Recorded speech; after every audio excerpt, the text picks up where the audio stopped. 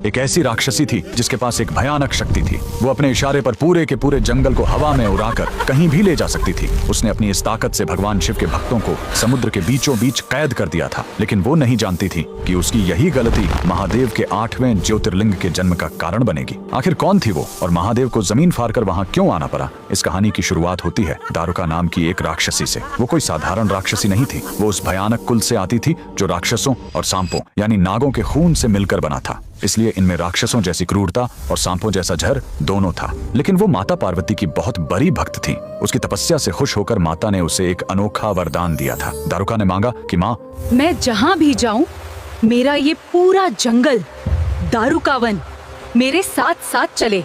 माता ने तथास्तु कह दिया। बस फिर क्या था, दारुका को एक चलता फिरता जंगल मिल गया। दारुका और उसके पति दारुक ने अपनी शक्ति का गलत इस्तेमाल शुरू कर दिया। जब देवताओं ने उन पर हमला किया तो दारुका ने अपनी जान बचाने के लिए एक चाल चली। उसने माता के वरदान का इस्तेमाल किया और पूरे जंगल को उखाड़कर समुद्र के बीचों बीच ले गई। अब वो जंगल पानी से घिरा एक सुनसान टापू बन चुका था जहाँ कोई आ जा नहीं सकता था। वहाँ से गुजरने वाले जहाजों को वो लूट लेते थे। उसी दौरान उन्होंने शिवजी के परम भक्त सुप्रिय और उनके साथियों को पकड़ लिया और उसी जंगल वाले टापू पर कैद कर लिया। राक्षसों ने सुप्रिय को आदेश दिया कि वो शिवजी की पूजा छोड़ दें, लेकिन सुप्रिय नहीं माना। उसने वहां की मिट्टी से एक शिवलिंग बनाया और ओम नमः शिवाय का जाप शुरू कर दिया। राक्षस राजा को बहुत गुस्सा आया। उसने अपनी तलवार उठाई और सुप्रिय की गर्दन काटने के लिए आगे बढ़ा। तभी एक चमत्कार हुआ। अचानक जमीन फटी और वहां से साक्षात महाकाल प्रकट हुए। शिवजी का रूप इतना भयानक था कि राक्षसों के हाथ से हथियार छूट गए। महादेव ने पल भर में सारे राक्षसों को घुटने टेकने पर मजबूर कर दिया। शिवजी उन सबका वध करने ही वाले थे कि तभी माता पार्वती ने उन्हें रोक लिया।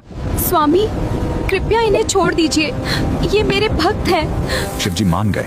अपने भक्त सुप्रिय और देवताओं के कहने पर शिवजी ने हमेशा के लिए वहीं रुकने का फैसला किया, क्योंकि शिवजी ने नागों और राक्षसों के उस वन में वास किया था। इसलिए उनका नाम पड़ा नागनाथ। और बाद में उस जंगल को वापस महाराष्ट्र की उसी जगह पर स्थापित किया गया। लेकिन कहानी यही खत्म नहीं होती। हजारों साल बाद द्वापर युग में जब पांडव अपना 14 साल का वनवास काट रहे थे, तब उन्होंने इस जगह को दोबारा खोजा। कहा जाता है कि पांडवों के बड़े भाई धर्मराज युधिष्ठिर ने ही यहाँ महादेव की पूजा की और उनके लिए एक विशाल 7 मंजिला मंदिर बनवाया। ये पवित्र स्थान आज महाराष्ट्र के हिंगोली जिले में है, जिसे हम औंधा नागनाथ ज्योतिर्लिंग के नाम से जानते हैं। तो कमेंट में लिखें हर हर महादेव। चैनल को सब्सक्राइब करो पहले। हाँ जल्दी करो, मुझे पता है कि आप लोग नहीं करते, वीडियो देखते हो लेकिन सब्सक्राइब नहीं करते। अगर एक तोता आपकी जान बचा रहा हो और आप उसे ही मार दें, तो एक बार एक बादशाह शिकार के लिए जंगल में गया। जंगल बहुत घना था। चलते चलते वह रास्ता भटक गया। कई घंटों तक भटकने के बाद भी उसे वापसी का कोई निशान न मिला। उसे सख्त प्यास लगने लगी। कुछ दूर आगे बढ़ने पर उसकी नजर एक ऊंचे दरख्त पर पड़ी। दरख्त की एक डाली से पानी की बूंदें टपक रही थीं। बादशाह खुश हो गया और दिल में सोचा, अब मेरी प्यास बुझ जाएगी। उसने पत्तों से एक दोना बनाया और बूंदें जमा करने लगा। धीरे धीरे दोना भर गया। जैसे ही वह पानी पीने लगा, अचानक एक तोता आया और झपट्टा मारकर दोना गिरा दिया। बादशाह को गुस्सा आया, मगर उसने खुद को समझाया, शायद तोते को प्यास लगी होगी, गलती से पानी गिर गया। वह फिर से दोना भरने लगा। काफी मेहनत के बाद दोना दोबारा भर गया, मगर जैसे ही उसने दोना उठाया, तोता फिर आया और उसे गिरा दिया। अब बादशाह का सब्र टूट गया। वह शिद्दत से गुस्से में आ गया। उसने चाबुक उठाया और तोते पर वार कर दिया। तोता तड़पकर वहीं मर गया। बादशाह ने सोचा, अब कोई परेशानी नहीं, मैं आराम से पानी पी लूंगा। वह फिर उसी डाली के नीचे गया। तभी उसके पैरों के नीचे की जमीन हल्की सी हिल गई। उसने ऊपर देखा तो डाली पर एक जहरीला सांप सोया हुआ था। जो बूंदें टपक रही थीं, वे दरअसल सांप की जहरीली लार थीं।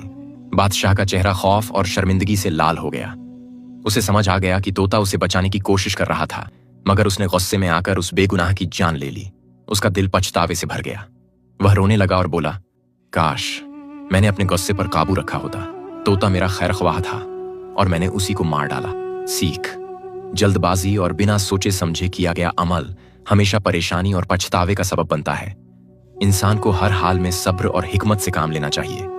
चैनल को सब्सक्राइब करो पहले। हाँ जल्दी करो, मुझे पता है कि आप लोग नहीं करते, वीडियो देखते हो लेकिन सब्सक्राइब नहीं करते।